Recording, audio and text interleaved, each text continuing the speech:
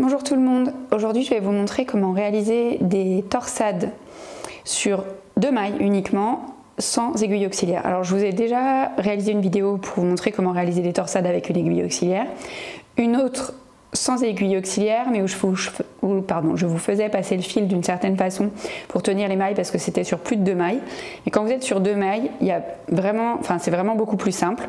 Et du coup je me suis dit que ça valait le coup de faire une petite vidéo pour vous montrer.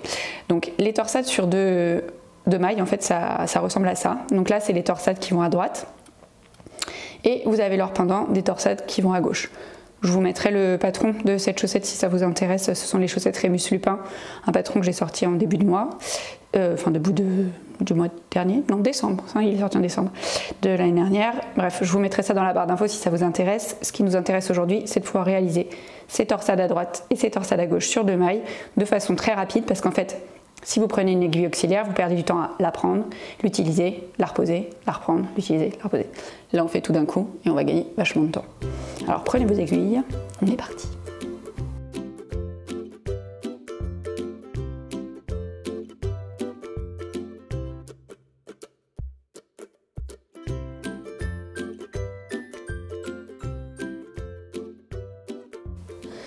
Donc on commence par la torsade à droite, donc celle qui va évidemment vers la droite. Et après on fera celle qui va vers la gauche. Alors, j'ai monté quelques mailles. De toute façon, qu'on soit en rond ou à plat, c'est exactement la même chose. Ce qu'on va vouloir pour aller à droite, c'est que la deuxième maille, donc notre torsade est sur 2 mailles, la deuxième maille, c'est celle qui va rester devant et qui va passer vers la droite. Donc ce que je fais, c'est qu'avec mon aiguille de droite, je viens piquer cette deuxième maille par devant. Donc je plante complètement mon aiguille dedans. Et là, je vais lâcher la toute première maille de mon aiguille de gauche.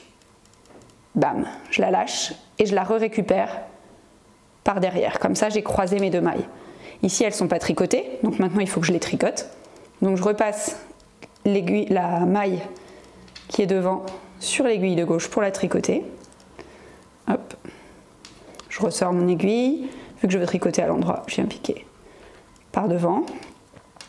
Et j'ai, hop, ma première maille, la maille qui a croisé derrière. Oups, elle est sortie, mais c'est pas grave.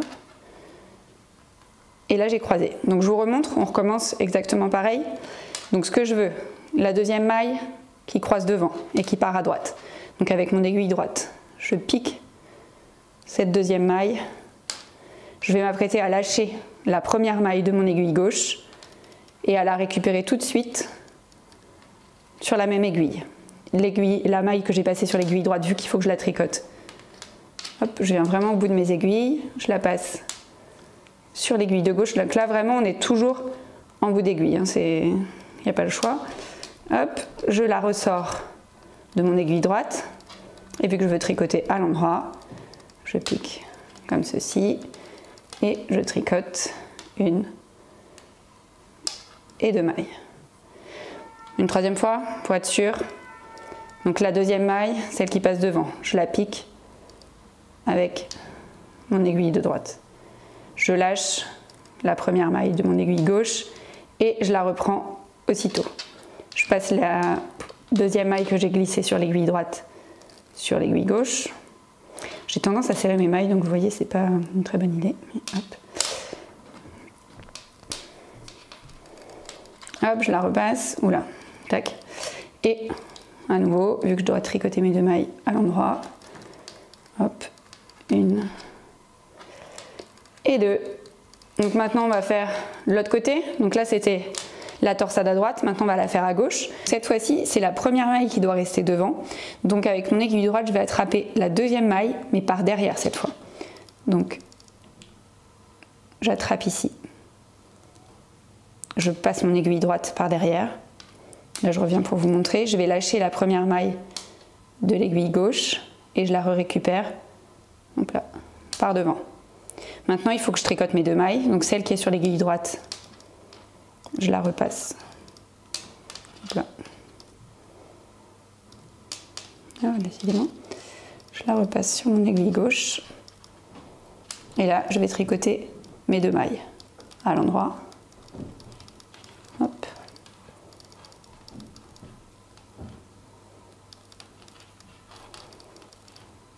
Une Oups. Et 2. On recommence. La première maille, je la garde devant.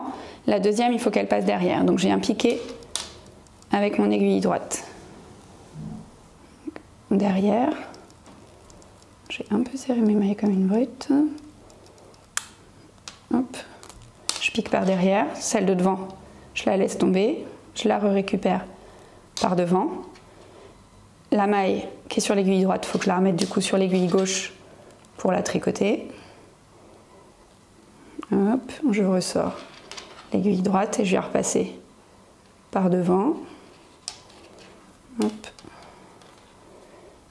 Une. Hop là. Et 2 mailles. Ne faites pas comme moi, serrez pas comme des brutes. Une dernière fois. La première maille, elle reste devant. La deuxième, elle doit croiser derrière.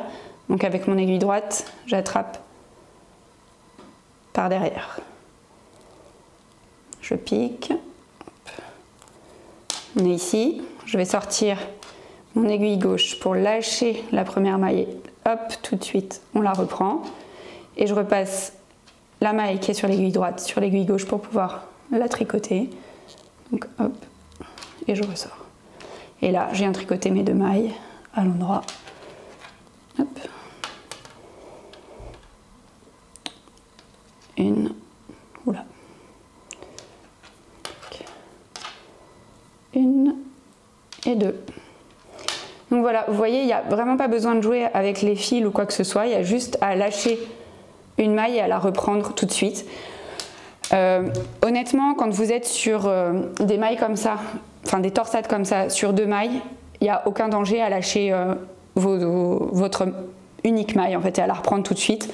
Quand vous commencez à avoir des torsades un peu plus grosses, déjà sur 2 mailles, enfin sur 4 du coup, vous devez lâcher 2 mailles, ça commence à être un peu plus touchy. Si vous avez du gros fil, ça se fait bien. Sur du tout petit fil, je vous laisse essayer, mais peut-être qu'il vaut mieux prendre l'autre méthode que je vous avais déjà montrée. De toute façon, ces 2 méthodes, que ce soit avec les aiguilles auxiliaires, la première méthode sans aiguilles auxiliaires, je vous les remettrai toutes les 2 dans la barre d'infos pour que vous puissiez les revisualiser si vous ne les aviez jamais vues. Mais c'est vrai que cette méthode de lâcher complètement, moi sur les torsades à 2 mailles, je la fais sans problème. Sur les autres, c'est... Sur du petit fil, je le fais pas, quoi, franchement. Donc bah écoutez, j'espère que cette vidéo vous aura été utile et vous fera gagner beaucoup de temps sur vos torsades à 2 mailles. N'hésitez pas à me dire dans les commentaires ce que vous en avez pensé. Et d'ailleurs, à me dire aussi sur quel type d'ouvrage vous l'avez utilisé, si c'est des chaussettes, un pull, un gilet, n'importe quoi. Enfin, je serais curieuse de savoir. Voilà. Et bien, merci d'avoir suivi ce tutoriel. J'espère vraiment de tout mon cœur qu'il vous aura été utile. Et je vous dis à bientôt pour une prochaine vidéo.